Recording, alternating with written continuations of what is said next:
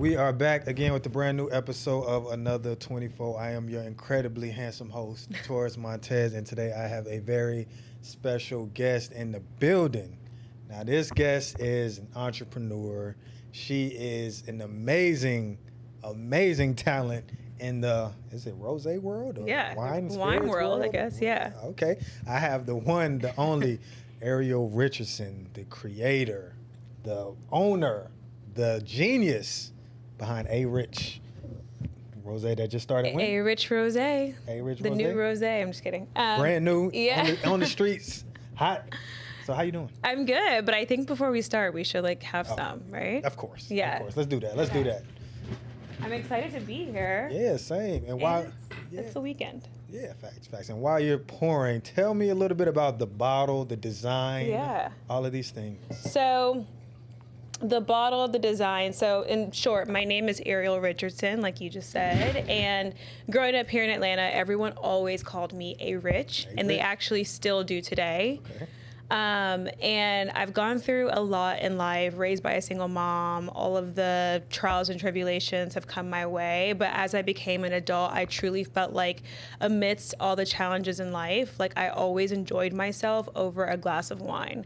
Okay. That moment felt very humbling. It felt very rich, whether I was watching music videos, dancing with my friends, or just out enjoying a glass of wine. The moment that was shared over a glass was very rich. And I chose to just kind of trademark my childhood nickname, A Rich, and create A Rich Wines. And A Rich Rosé is our first SKU. So we just launched a year ago. Fire. Yes, so cheers. Cheers. So you got to, hold on. I'm not super cultured in, Oh my God, I'm about to introduce you to wines. Okay. Thank you. So what do I do first? You can swirl it, kind of release some of those aromatics, do a little bit of a sniff test. Mm. Okay. Good. What are you smelling? And then just sip it. Okay, let's see. And when you sip it, kind of let it caress your mouth. It sounds like a very different kind of podcast. Pause. I know. Let it just kind of touch your mouth, let it open up, let those notes kind of coat your tongue, and then just enjoy it. It's a great, easy summer rosé. A beautiful blend of a few different grapes, Grenache, Cinsault, and Syrah grape. Okay. Out of the south of France. So just meant to, I know, just meant to be enjoyed and meant to really create an amazing moment over the glass. Yeah. So the first thing that I'm noticing is the color. How did you get this color? I feel like rosé is usually a pinkish, orangish red. Yeah, so it's all about skin contact, and that's kind of how rosé is made. Usually the skin contact or the grapes the skin isn't in the barrel for a long time. They remove it at an earlier fermentation process, and that's how rosé has become a category. So I personally, prior to starting the business, I really prefer a paler rosé. This is going to be that more full-bodied rosé, have a little bit longer of a skin contact, and I just thought it was a beautiful amber color. The packaging, to your point, it took me forever to figure out what I wanted. I think I spent countless numbers of hours at a Trader Joe's, at a Total Wine, just trying to figure out what looked rich, because I figured the average consumer doesn't know that A Rich is a person. Right. They're just gonna look at it as a rich brand. What is this? Who is this? What is this brand that's a rich bottle, And so choosing the packaging, I was okay, I wanna do a Garance shaped bottle, which is the shape of the bottle. And then I had a paper label on it at first. And I was this is not rich. This does not look cool. And then I was okay, stitching, let's do screen printing. And then wanted to choose some of the butterflies, even I wear a lot of butterflies because, again, I felt I've had such a journey to becoming A Rich, I guess I could say. Even though it was given the nickname at 5 years old, I don't think I really knew who I was until 3 years ago. In my 30s. So yeah, I really just wanted to make sure that the body just embraced and really was symbolic of my personal brand and who I am. And then, of course, the infamous glass cork became a really final choice because shaking things up. Personally, I can open wine. I just am not like the person who's really graceful at it. And I'm not graceful. I'm really like clumsy. I always need to like phone a friend for some extra assistance. Right. And so I just felt like, okay, if I'm going to put my name on something, and again, average consumer doesn't know it's Ariel Richardson, like how could I ensure this packaging is just, you know, all of those details make it feel rich. And so the glass cork was an expensive choice, but it was a final choice because again, like I wanted to be able to walk into a meeting, hold my own, and I wanted to be credible. And I don't know if me opening a cork would have like done well. Yeah. Yeah, they're looking at you like, exactly. Does she actually drink wine? Or so I'm not gonna lie. When I'm drinking this, I do feel like a rich person. Ooh. Because this is classy. Thank you. Very, very classy. So thank you. Why did you, what made you land on a rosé for your first product? Yeah, so rosé is very lifestyle focused. So I don't come from a family of wine. I don't come from this extensive wine history. I really wanted to build a brand, build a wine brand. And in the rosé space, it's a little bit easier to do that because, you know, you're just building a lifestyle. I spent a lot of time in France and I spent a lot of time overseas in Europe. And I noticed that when I'm at these beautiful beach clubs or these beautiful restaurants, like everyone is like waving a white towel with a glass of rosé, not with like a Cab or a Bordeaux or anything like that. You know, I mean, maybe. All right. But more importantly, like rosé is just such a lifestyle focused thing. So if I wanted to be in this space and build a lifestyle brand, I really wanted to start with rosé. So my company is actually A Rich Wines, and that's because we do have a few additional SKUs coming soon. But launching with the rosé just felt right, and it felt very like natural to me and what me and my friends are already drinking. Understood.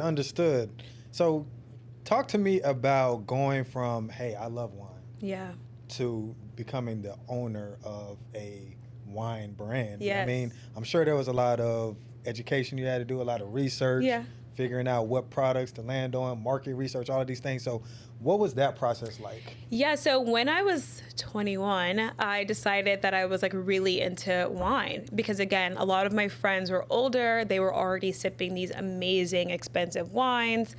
And I remember sitting here in Atlanta working a very like low-end job, making like $10 an hour, but I was really proud of it at the time. And I was just kind of like, I feel like I'm destined for something bigger, destined for something different, especially because like my day job and my life outside of that job like didn't match. And people always kind of looked at me and they were like, they assumed that I had this amazing life and these amazing things because of my friends and my family, but I was just like struggling. Like I was like, I don't know who I am. I don't know who A Rich is in this world. And so I remember being at this job and thinking like, man, I really want to like own a wine and like trademark, like make it call it A Rich Wines or A Rich Rosé. And again, I was 21. I had no idea like where to even start.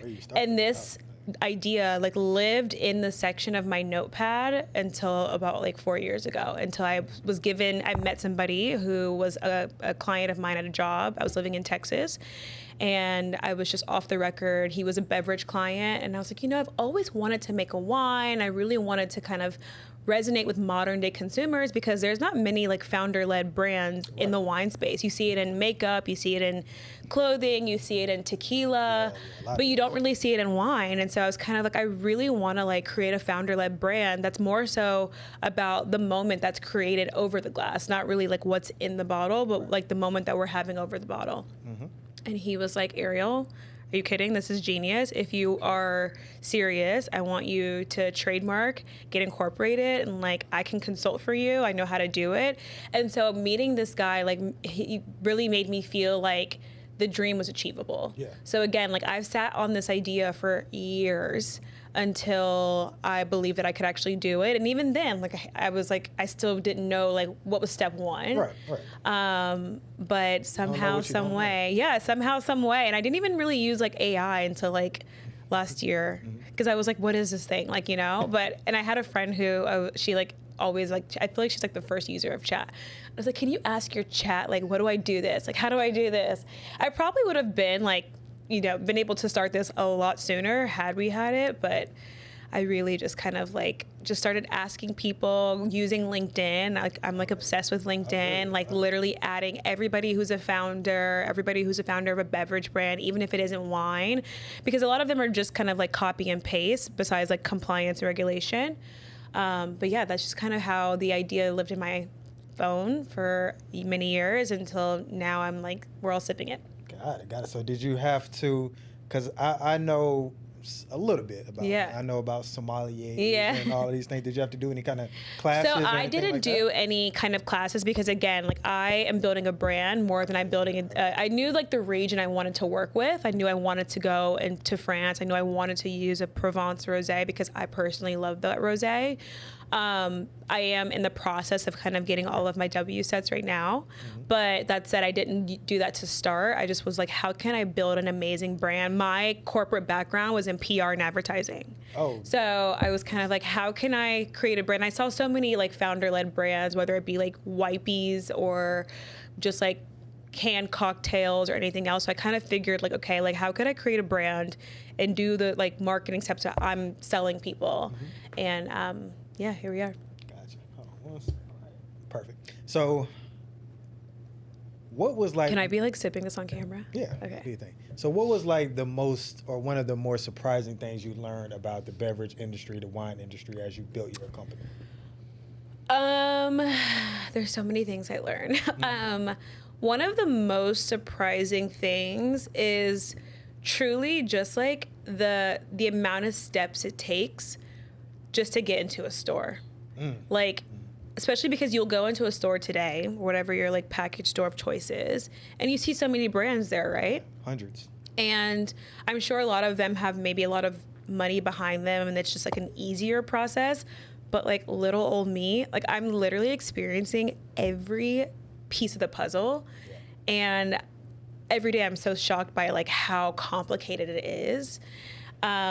But I'm having fun. I truly am accomplishing a dream. So at the end of the day, I have to always remind myself, like, okay, like, I hate to like always quote this because I feel like it's so cliche, but like, you didn't come this far to come this far. So I think that's been just such a big shock is like how many steps, like how much compliance there is. Like when I first started this brand, I'm like, I want to be in all 50 states. I want to be in Miami. I want to be in New York. I want to be in Vegas. And I'm like, okay, hold up. Like, hold up. Like every state operates as its own country when it comes to compliance and the licenses you need to have and like who you need to appoint for distribution and your wholesale costs. And it's like every time I want to launch into a new state, there's like a whole process. And it's funny because I have like family members all over and friends all over and now followers all over. And they're like, how can we get it here? How can we get it here? And I'm like, guys, trust me. Like I want to have it everywhere. But it's just like, I am such a small company and I'm just operating with employee one.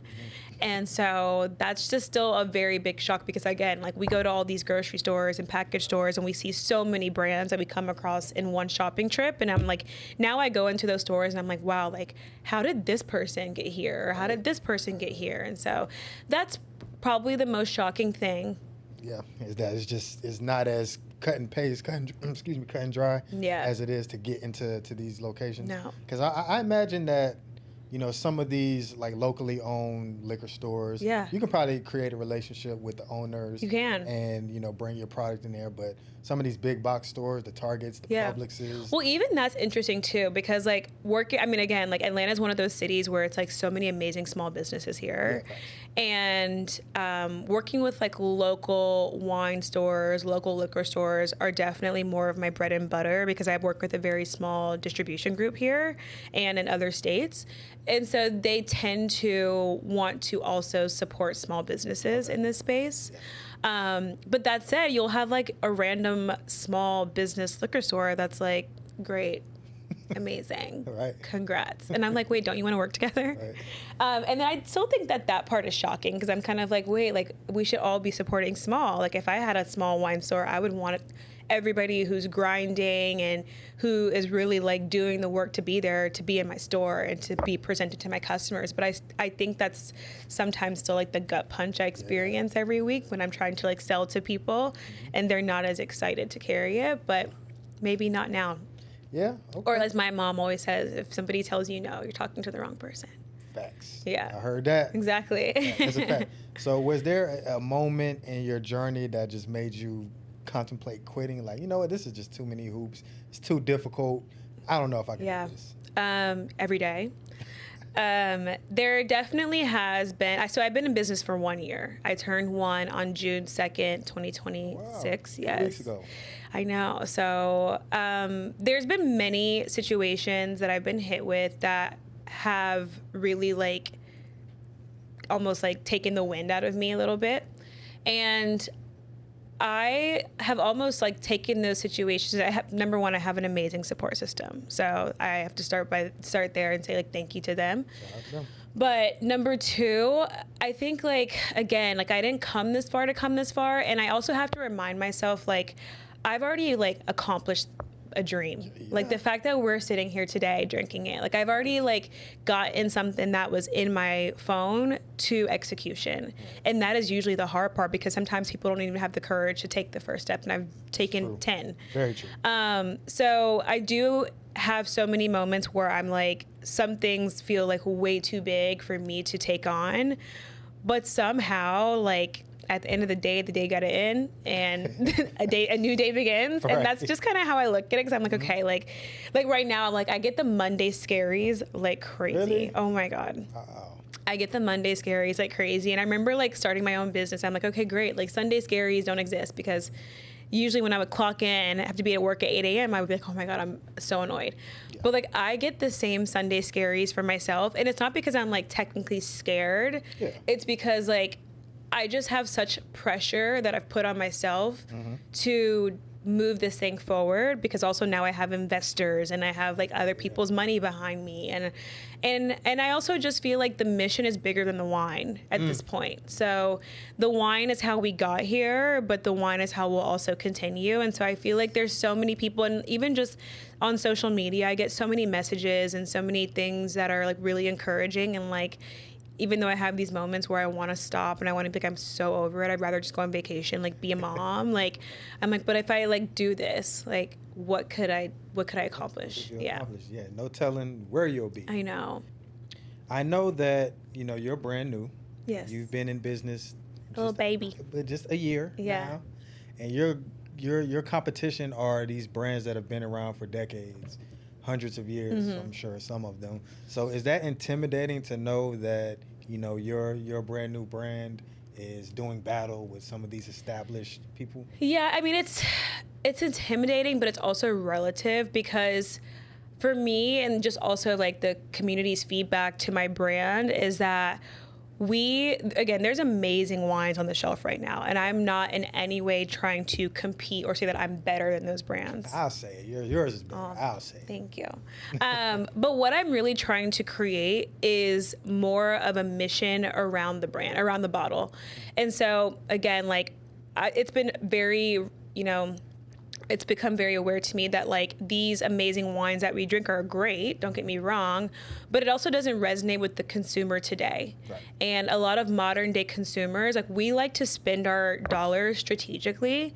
And if we see like a founder that we've seen their hustle on social media, or we've seen their story, like we want to go out and support that founder more than just going on a shelf and being like, let me just grab something and like drop it off to a friend. Right. I think we're more meaningful spenders today than we were in the past. And so I think, like, even though I am on shelves with some amazing historic family vineyards, like those same family vineyards are not talking to people today. They're just like throwing the dollars behind that, and nobody's really seeing the work behind it.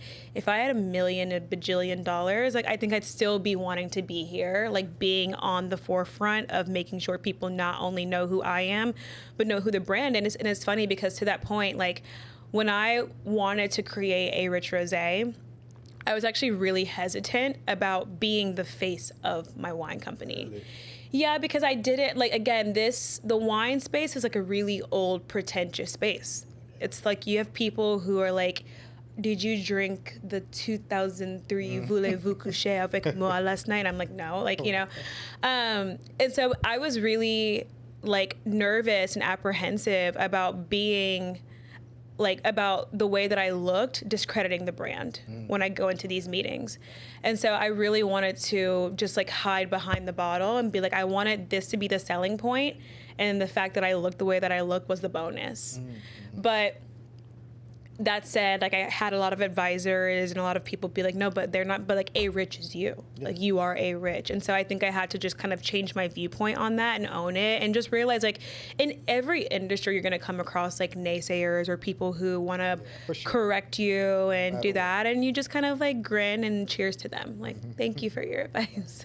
Yeah. Yeah, I was going to say that, you know, have you encountered any resistance in that regard? Because you are a young woman. Yeah. You know, these brands have been around for so long, and I'm sure that, you know, they're probably judging you, and they're probably, you know, discrediting you based on how you look. So I'm sure they wouldn't say it to your face, obviously. Yeah. But have you noticed any obstacles or any glass ceilings or anything like that you've encountered? Totally. Wow.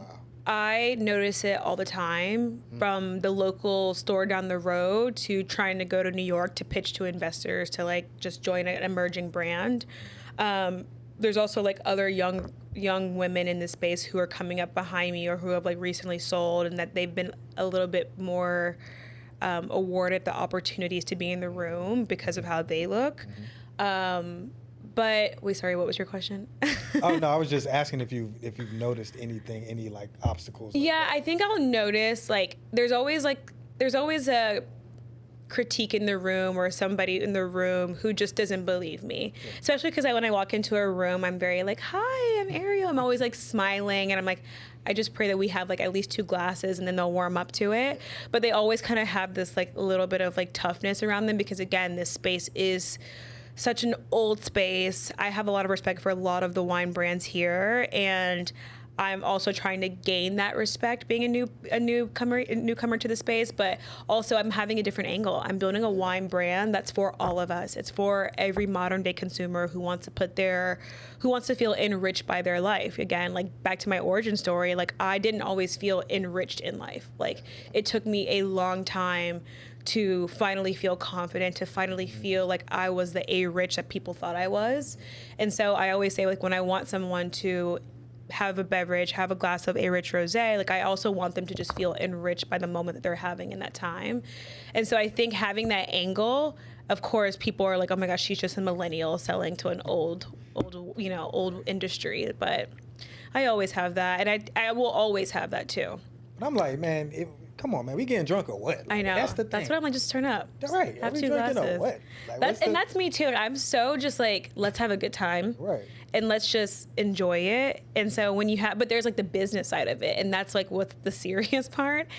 And I could easily be like so unserious, right. But I've had to learn to be like very serious and just to gain their respect. But again, like the naysayers will always be in the room. So you almost need to just go ahead and prepare yourself for that and just learn how to like just cheers to them as well. Like don't let them dictate your day. Man, better you than me, because I'd be in there like, hey man, what we doing? Like, I know, right? No, listen, sometimes I'm like, if I was selling tequila, this would be a different story. Right. This would be a different story. I mean, I'm sure it's the same thing with like cigars. Like, are we going to destroy our lungs, or are we not going to be pretentious about it? Exactly. Right, it's just smoke. Exactly. But yeah, that's interesting. I mean, I'm sure it's like that, you know, with every industry, with, you know, being young or being a woman or being a minority or whatever it is, it's always going to be something that they'll hold against you, you know? Always. That the industries will hold against you. And it's not necessarily, I wouldn't say that they're being just, you know, overly nefarious. Yeah. But it's just an institution, how things have worked for. It is.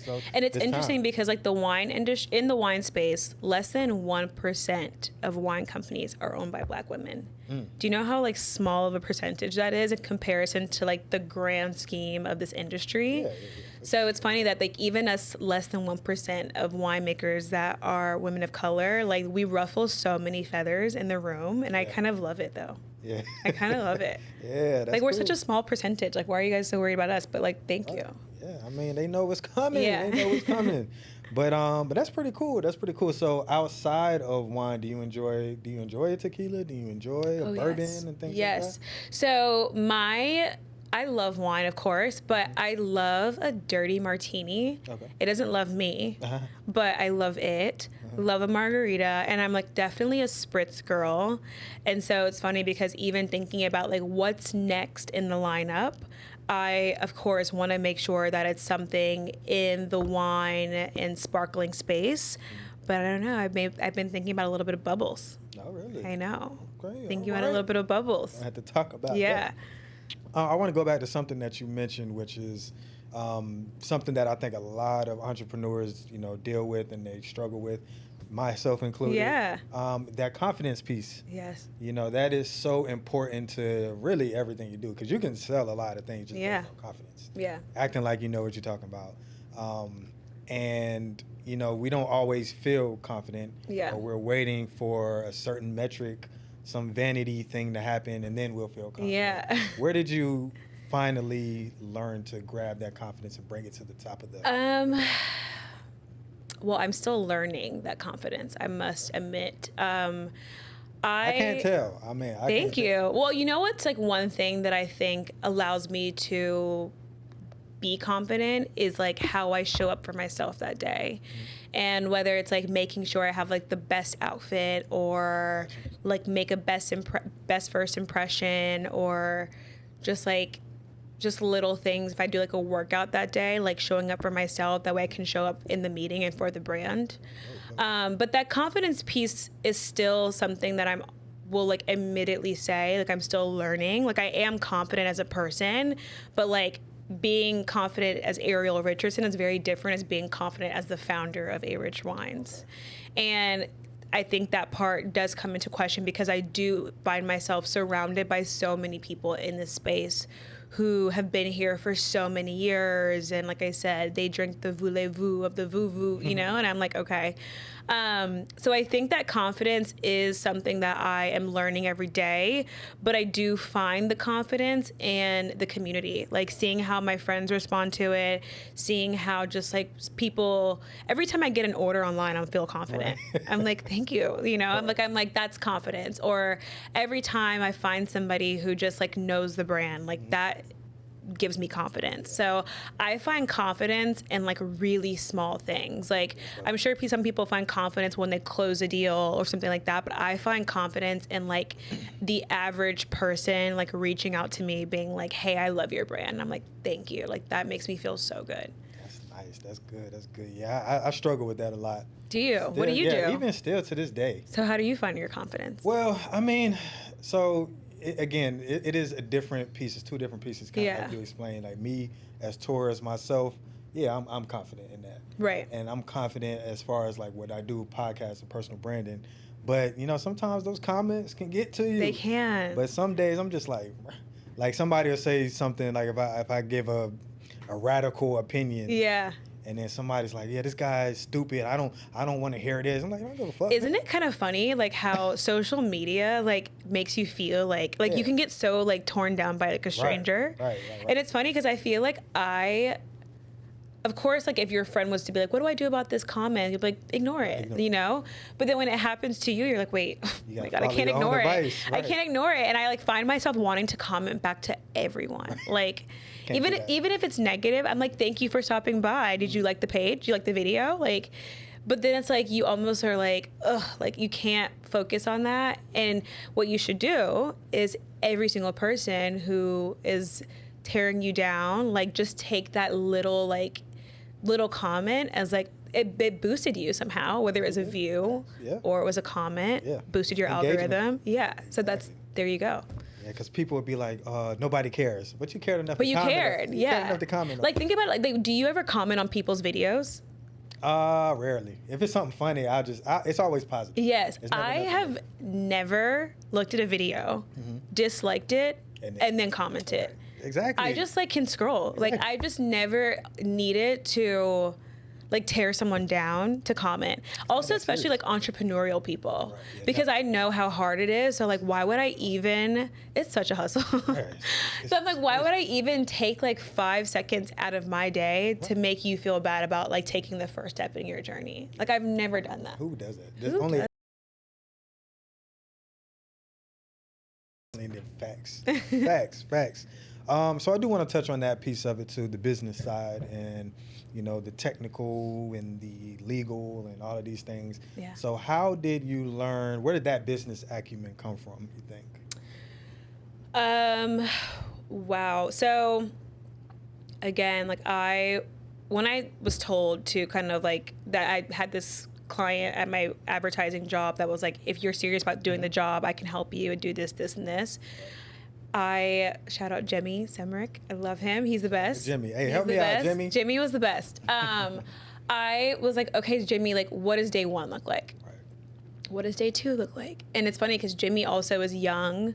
He has an amazing business in the beverage space. Hey, Jimmy. And so, I know he's killing it. So I was very much like, what do I do? And so that business, I leaned on him a lot in the beginning. Also got appointed with like an amazing legal counsel and like attorneys and everything like that. And just asking questions. Like, I think, of course, when you come into a new business of anything, especially when you don't have, like, I don't know anybody who's also doing what I'm doing.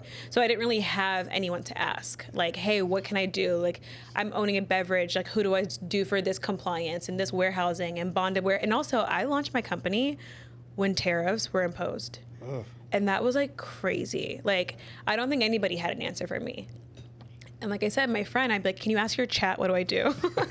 Like, what do I do? Chat knows everything. Again, I was like so weirded out by chat in the beginning, but now I love it. But that business kind of like knowledge and sense just came from really asking the questions. And of course, when you ask questions, you kind of feel like people are going to look at you like, why do you even need to be here if you don't know the answer to that? But that you just take with a grain of salt because you will get there, you know, but you have to ask the questions. And every day I'm asking like my partner, like so many questions, right, and asking my friends so many questions. And I do have friends that have started businesses, even if they may not be wine or beverage businesses, but just asking questions because was like one of those ways that I built that business knowledge. And also just like asking to be in the room. I think that's like one of the things that when you start a job or a business, like I remember working corporate America, I used to like really just want to be in the room, like with my manager, just like learn everything about what I was selling that day. Right. And I think it's no different owning your own business, like asking to be in the room. Like I text my distributor, I'm like, can I come out with you? Like I want to hear how you're selling the product because maybe you're saying something that I'm not saying. And that's making me have a little bit more business knowledge in when I go by myself. So I think asking to be in the room and just asking questions is kind of like how I am always able to. A hater would do that. Only a hater. Who hates their We're life. not haters. Themselves, yeah. We're sippers. Definitely. So you're asking questions. Yeah. You're asking to be a part of things, and you're leaning on your resources. That's leaning on. My mom used to always tell me like, who you know will get you there, and then what you know will keep you there. Right. Facts. So. Facts. All these little things I still just like keep in my head. Okay, let me just keep asking, and like, who do I know that may know this, or who do I know that may know that? Okay, all right. So, you're a fruit person, maybe? Fruit? Yeah. Yeah, because these are great. Yeah. Obviously, there are, and I've done my research. Oh on God. Apples, but there are like 7,000 different types of apples. Oh yeah. Apples? Yeah, apples. Yeah, there's like a lot of different species. Of okay. Apples. So do you know how many different types of grapes there are? I don't know the number, but there are a ton of varietals and ton of grapes, certain ones that are better in different regions. And that's why different regions are known for different varietals of wine, like Argentina, Malbec, and France is like going to be a Bordeaux, and, you know, New Zealand, Sauvignon Blanc. So yeah, there's a million different grapes. I don't know the exact number. But there's a lot. So how many iterations did you go through to land on this formula? So we went through 3. So I worked with one producer prior to choosing the producers who I worked with. And there were different kind of like blends that you could go with. You can make it with more Syrah. You can make it with more Grenache, more Cinsault. Also, I took a little bit of market research and kind of like showing what wines that I loved that were already on the shelves and made that I could kind of like put my touch on. Also, I love a dry wine.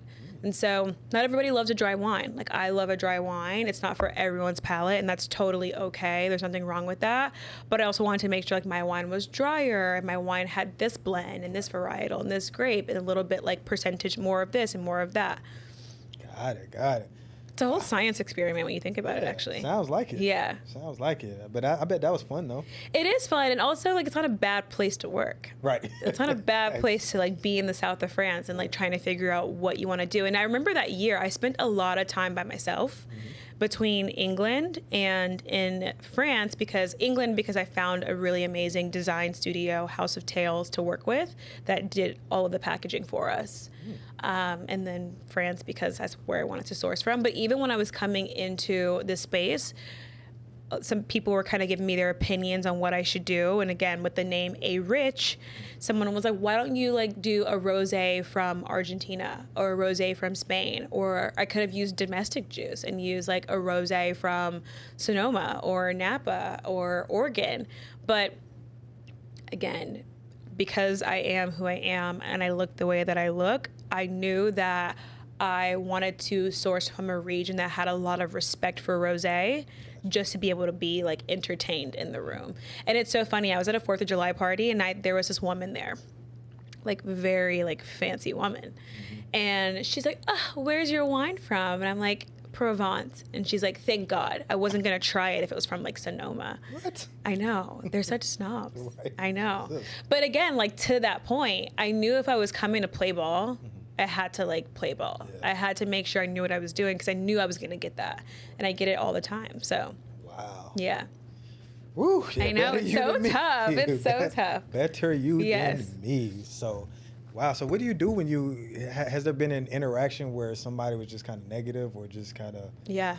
Really? How do you handle those? I wish I was big enough to be like, I don't respond. But like, I truly have like a little bit of like Candy and Michelle Obama. Like, when you go low, I go lower. Like, but I don't go lower in a low way. I go low when I'm like, I have to respond to you, but on a high note. Like, well, I'm so glad you wrote me that amazing comment. I'm sure it was really thoughtful and really heavy on your mind about how much my brand disappointed you. I'd love to send you a bottle. You know? Wow. Like, that's probably that dog in me. That's Scorpio in me, but like... But I think that's kind of how I am. So like, again, like the naysayers will always be there. But I think that sometimes like people's opinion can be swayed, and then you almost like make them feel guilty for being such like horrible like commentators, you know? Yeah, being dicks. But hey, y'all better stop messing with her, man. We got your back. Don't worry about it. We got your back. Thank you. Likewise. But so where do you see your brand going when you're 99 years old and you look back on your career and the company and the things you built? What is it that you want to say that your brand was able to accomplish? I want to say that my brand was able to make people feel seen. And what I mean by that and feel seen through a wine brand is that they too could also do this. I think this industry does feel scary outside looking in, which could easily be why I didn't do it like when I was 21 when I wanted to. It took me years to do it. And I want them to feel seen. I see myself like retiring in like a small village in the Cotswolds or something, like riding horses. I love riding.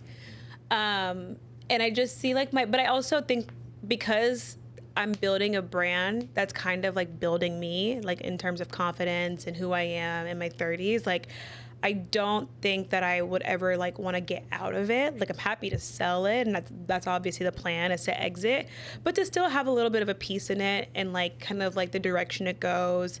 I think I'm very fortunate that my dream has allowed me to be in spaces I never thought I'd be in. This is just the beginning. So there's really no telling where it can go. And I'm just so proud of even the spaces I've already been in. But I think long term, I definitely see myself kind of always still having this love for wine and introducing it to the next generation of my kids.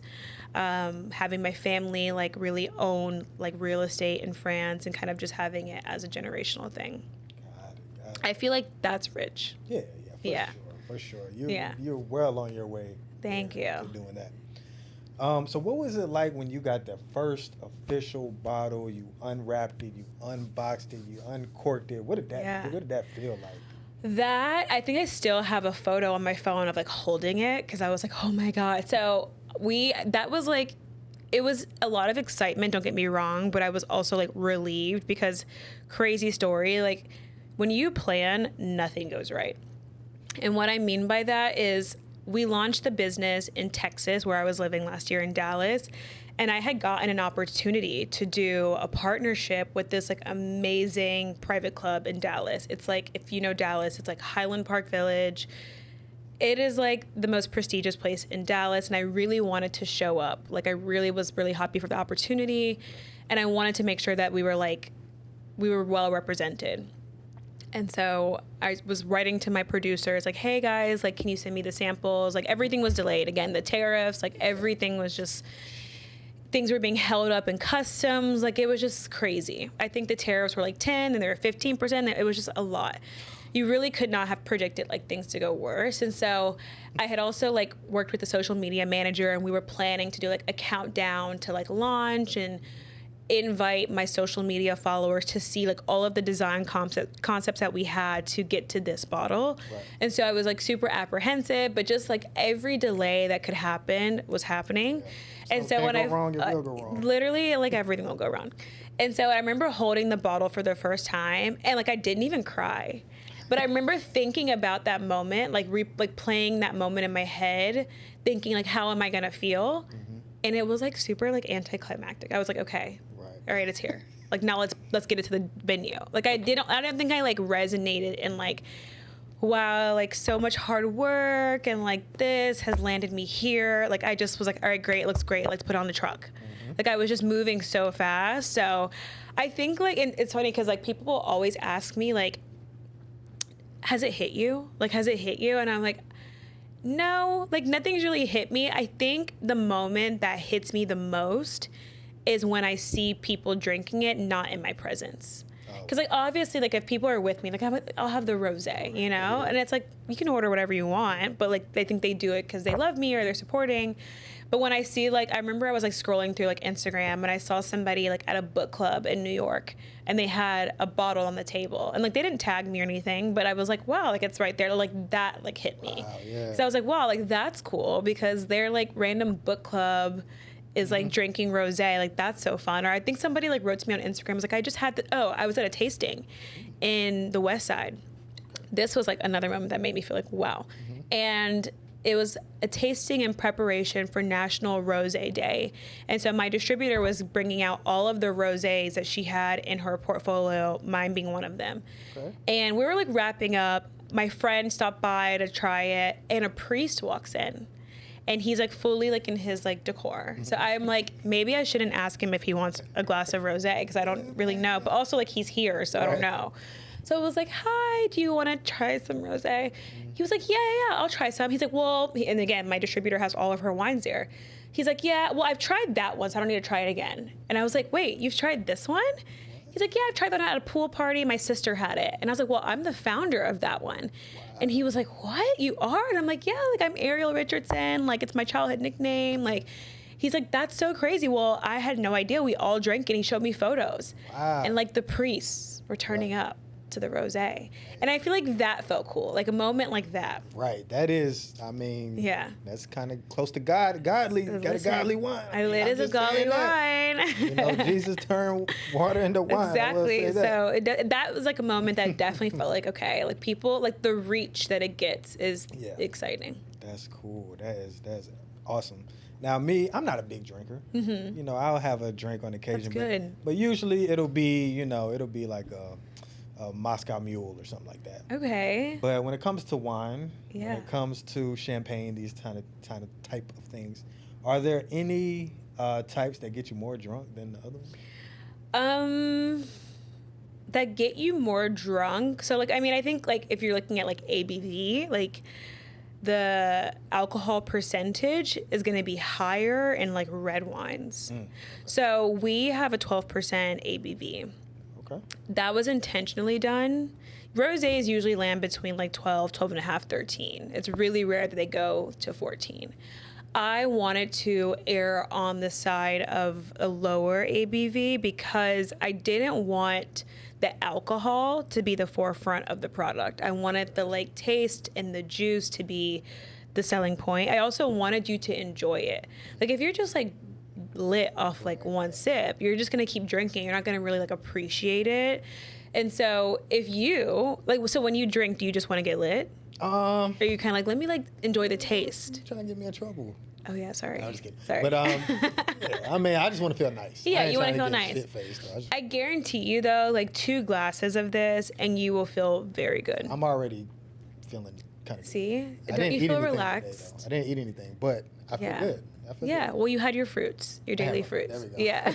I feel like if I had another glass. But that's kind of like, I wanted you to feel like, again, like a lot of my friends, we are wine drinkers. Right. We love our wine. We, like, I probably shouldn't be saying this, we drink a lot, but like, there'd be times where we were just drinking to feel something. Yeah. Oh, that sounds freaking horrible. Oh my God, that sounds so bad. I know. But like, but you know what I mean? Like being young, being dumb, like going to Trader Joe's, buying like a $2 bottle of wine, which is not horrible, but just like, okay, I just want to feel something. Right. But now we're older, we're classier, and like we maybe want to like enjoy the time. Like we'll drink 1 glass of wine in a matter of like an hour over like a nice, like beautiful, you know, crudité or something. So I wanted that to be like, I wanted this to be a sipping wine. Like some people have like sipping tequilas. I still don't really understand that because every tequila, I cannot sip it. But I wanted you to not, I didn't want the alcohol and the percentage to be the forefront of the product.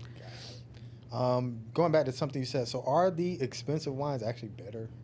Like if you have a wine from 1922 and it's... I do think the aged wines are better because the story around them. Like they feel more appreciated than something that was like barreled in 2025 and just like poured today. There's a lot more history with them. Expensive wines is a term that is very subjective because there's amazing wines that are not expensive. And there's amazing wines that are all coming from the same piece of land that are just made at different price points. So I think like expensive wines is like a term for people who just want to like feel good about their spend. And because again, you could also go buy like a $40 bottle that's just as amazing as a $60 bottle. And also wine's really personal. Like wine is a very personal thing. Like some people like only want to drink like an Opus, or like I went to like Pichon Baron, which is like in Bordeaux, and they make expensive wines, and they make like a $60 bottle as well. But I think like the story and the personal, like the moment you have over it, like that's like a very personal moment. So I think expensive wines, I wouldn't say are better. I think expensive, and I'm going to be very like punny here, is all about the moment that's over the glass of wine. It's all about the rich moments. Yeah. There we go. So you can make it expensive. Yeah, because wine's personal. Like, so I know, like I know my grandmother is like a $2 Chuck lover still. Like she loves Trader Joe's wine. Like Charles Shaw will always be her love.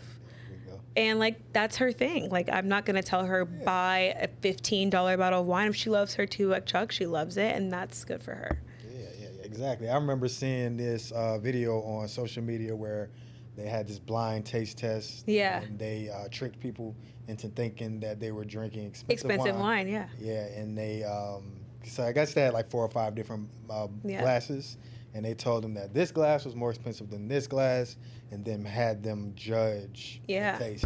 See? And of course, they said the most expensive one was the tastiest, but little did they know they were all the same. They were all the same. The same exact See? one. And I think, like, again, like, I wouldn't say one is better than the other. I think that it's just all about, again, wine is so personal. So I have friends that have, like, wine lockers, and they have, like, all price points in their lockers. Really? And like my friend's like, we're opening up expensive wine tonight, but I think she does that because it's like the moment that we're creating over that wine. But yeah, I wouldn't say that they're better or worse than the other. I just think it's all about a personal preference. Got it. All right. So we've had a pretty deep conversation so far. I mean, we talked about some fun, some heavy topics. Yeah, we're gonna have a little fun now. So I'm gonna ask you some questions, my sister. Yes, let's do it. And you just tell me, what you're thinking, all right? So first we're going to do a blind ranking. Okay. Or a ranking, all right? So you're gonna rank these wines Oh gosh. 1 through 5 Okay. without knowing which one's coming next. Okay. So you understand how that works? I guess. So you're gonna tell me like the names? Yeah, or the Okay. types. The types. Okay. Yeah. And then you're gonna say if it's 1 through 5 without knowing. Is 1 the best or is 5 the is the best? best. Okay. All right. You ready? Okay, I'm ready. I'm like a little nervous. All right. All right. So first is Pinot Noir. 1 through 5. Where would you put that? I would. Ooh, I wish I knew what the other ones were. I would put a Pinot. I would put a Pinot at like a 4. A 4? Okay. Yeah. All right. I don't know, but I don't know what's coming after. No, that's yeah. that's the beauty of it. Okay. But there's only 5, right? There's only 5. Okay. All right. Next, rosé. Oh, I love a rosé. I'm gonna put it at a 1. You put it at 1. Yeah. Okay. That's a layup. Yeah. All right. Forgive the pronunciation, the pronouncing of it, because I may. Let me see it. No, you can't see Okay. it. Okay. All right, the Sauvignon A Blanc. Sauvignon Blanc. I used to love a Sauvignon Blanc. I don't love it anymore. I do, but I don't. I'm gonna put a Sauvignon Blanc at a 2. A 2? Yeah. That's pretty high up. Yeah, that's pretty. If you tell me like Pinot Grigio, I may swap them, but Okay. All right, so you have rosé at number 1. You got Yeah. this Sauvignon Blanc at 2, and then the Pinot Noir at 4. okay. So you have 3 and 5 left. All right, next, a Riesling. See, I don't love sweet wine, so I'm gonna put it at a 5. But I did recently have a Riesling from Austria that was amazing. So I don't know, but I'm gonna put it at a 5 because I don't really drink Riesling. All right, and last one, Cabernet Sauvignon. A Cabernet Sauvignon. I'll put that at a 3. Yeah. Okay. Yeah. All right, cool. So I guess I got a little. Yes. I understand a little bit about. We should do like a full wine tasting. Yeah, we will. Yeah, we'll do that.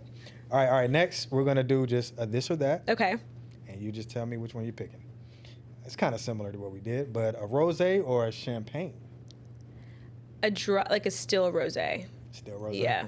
Okay. All right. A rosé or a red wine. Those are both my love languages. I'm gonna say a rosé. Rosé. Yeah. Okay. Rosé or white wine. Rosé. Rosé. All right.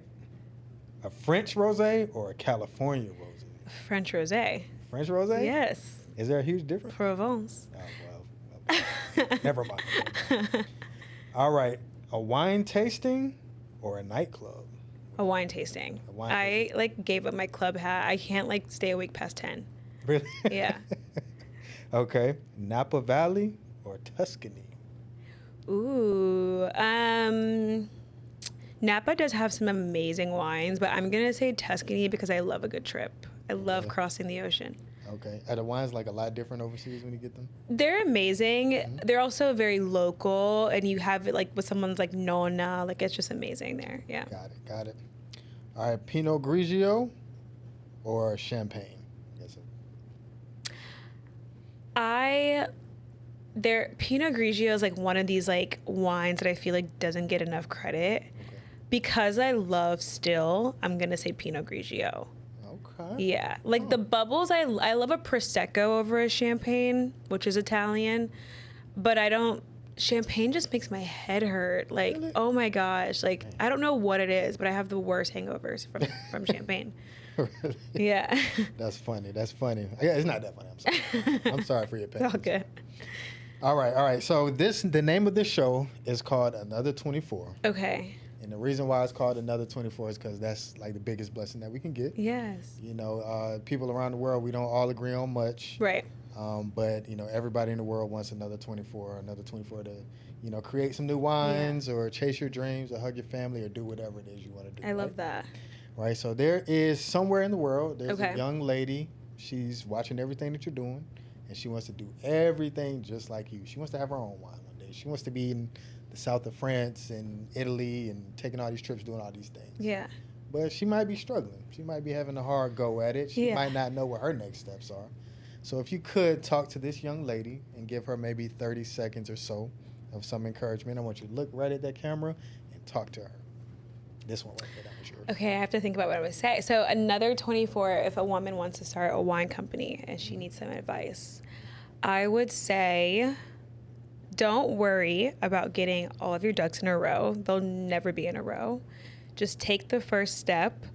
Go sit at a wine store. Like, I spent many hours at Total Wine just looking at the shelves. People probably like, what is this girl doing? You're going to be crazy.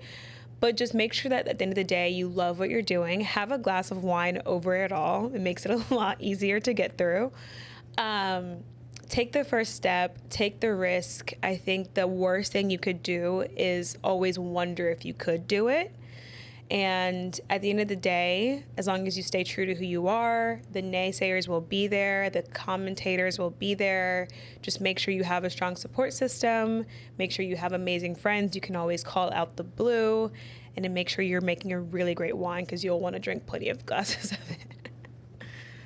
Perfect, perfect. Now, let the people know where to find you, and let us know if there's anything else coming up that you want us to know about. Yeah, so we are always online at arichwines.com. You can always order a bottle, a case of 6, or a case of 12. We are here in Atlanta in many stores. Go to our Instagram at A Rich Wines and find out where we are, where we're tasting next, where we're pouring next. And we have a lot of things coming up. So it's really exciting to have everybody love what we're doing, love what I'm doing.